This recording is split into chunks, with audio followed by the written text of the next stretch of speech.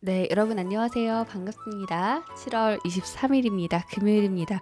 자, 벌써 7월도 막바지를 향해 가고 있는데요. 오늘 시장은 어제 상승에 이어 좀 숨고르기를 하는 모습입니다. 그래도 비트코인이나 이더리움은 오르고 있고요.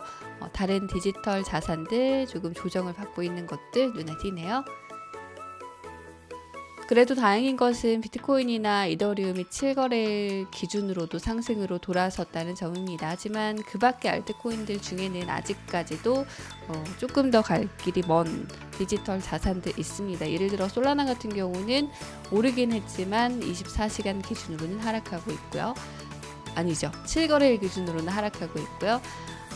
그 밖에 디지털 자산들도 약간 상승세가 지속되고 있지만 더 갈 길 멀다 정리를 할 수가 있겠습니다. 업비트에서는 역시 비트코인 조정받고 있고요. 거래 대금이 최근에 이 엑시 인피니티가 제일 많아요. 상당히 많습니다. 오늘도 도지코인, 리플, 플로우, 이더리움 등이 뒤를 잇고 있고요. 스테이터스 네트워크 토큰도 오늘 오르고 있네요. 자, 이렇게 시장 분위기 간략하게 살펴봤고요. 뉴스 짚어볼게요. JP모건이 소매자산 고객에게 디지털 자산 펀드에 대한 접근 권한을 줄 것이라는 보도가 나왔습니다. 미래에셋 자산운용의 미국 자회사 글로벌엑스가 비트코인 ETF 글로벌엑스 비트코인 트러스트를 출시 신청했다는 보도가 나왔습니다. 엘라베마 증권위원회가 디지털 자산 거래 대출 플랫폼 블록파이에 주내에서 암호화폐 판매 중단을 요구했다고 AMB 크립토가 보도했습니다. 영국 핀테크 스타트업 스타일링의 앤 보든 최고 경영자가 디지털 자산 투자가 위험하다며 경고하고 나섰습니다. 비자가 리플렛 고객인 글로벌 국가 간 결제 플랫폼 커런시 클라우드를 인수할 계획이라는 보도가 나왔습니다. 디지털 자산 스타트업 솔리더스 랩스가 전 미국 소비자금융보호국 국장을 최고 규제 책임자로 영입했다고 밝혔습니다. 솔라나가 디지털 자산 펀드 에버뉴 캐피털과 함께 $2천만 규모의 펀드를 설립했다고 밝혔습니다.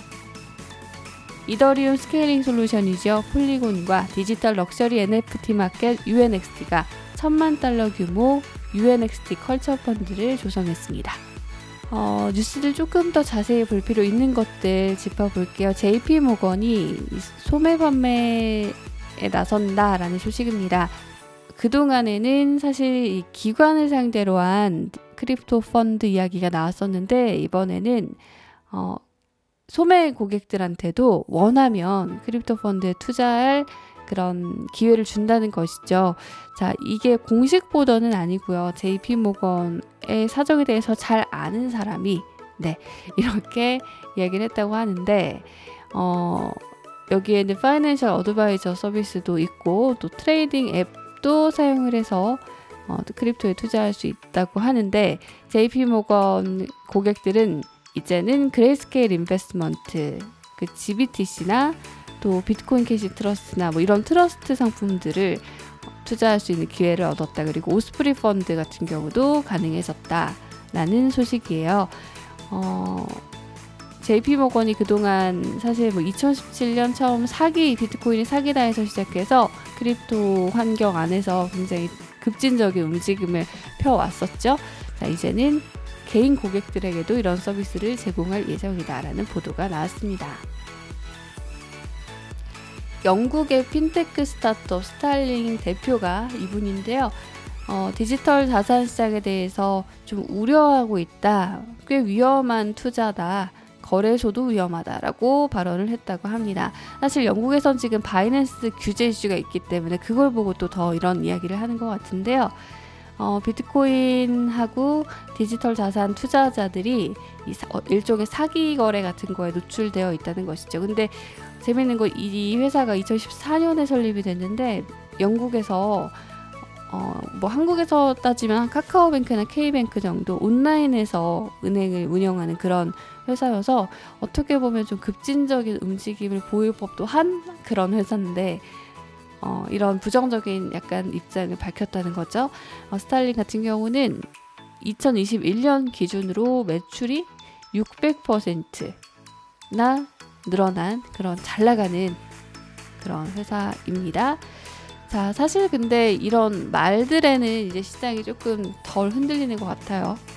아주 유명한 뭐 비트코인 옹호론자 앨런 머스크 정도가 시장에 좀 긍정적인 영향을 미치고 또 반대도 마찬가지고요. 자, 참고를 하시라고 전해드렸고요. 글로벌엑스 디지털 에셋이 비트코인 ETF 신청을 했다. 이게 미래에셋 자회사인데 비트코인 트러스트를 어디에 신청했냐면 시카고 옵션 거래소 BGX 거래소에 신청을 했다고 합니다. 자, 그런데 문제는 SEC가 지금 이제는 하도 신청을 하니까 정말 수십 개의 이런 신청을 검토를 해야 되게 생겼습니다. 그런데 아직도 아무것도 승인을 안 했죠. 그리고 이게 몇 년을 끈 얘기입니다. 그래서 우리가 ETF 신청을 했다는 것만으로는 이제 만족을 할 수 없는 상황인데 오스프리 펀드 CEO가요. 미국이 비트코인 ETF를 승인을 하려면 빨라야 2022년이다 라고 말을 했다는 거 한번 참고해 볼 필요가 있겠습니다. 제 생각에도 지금 몇 년째 이렇게 미뤄왔고 리플과 소송도 진행되고 있고 블록파이는 뭐 여러 주 정부에서 지금 약간은 또 타겟이 되고 있고 이런 상황에서 ETF를 승인하기가 좀 쉽지는 않을 것 같고요. 자넷 옐런이나 뭐 파월 의장 같은 경우도 스테이블 코인 규제해야 된다. 지금 거기에 더 몰두하고 있는 상황.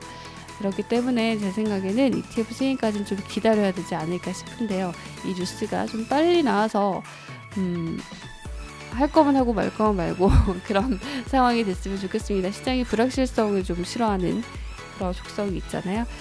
자, 어쨌든 이렇게 뉴스 마무리해 보도록 하겠습니다. 일정 확인해 볼게요. 네, 금요일 방송은 여기서 마무리 지을게요. 여러분 오늘도 좋은 하루 보내시고요. 주신 의견 바탕으로 저희가 좀 어떻게 콘텐츠를 다변화할 수 있을지 또는 조금 개편할 수 있을지 고민해 보고 있으니까요. 조금만 더 기다려 주시고요. 고맙습니다.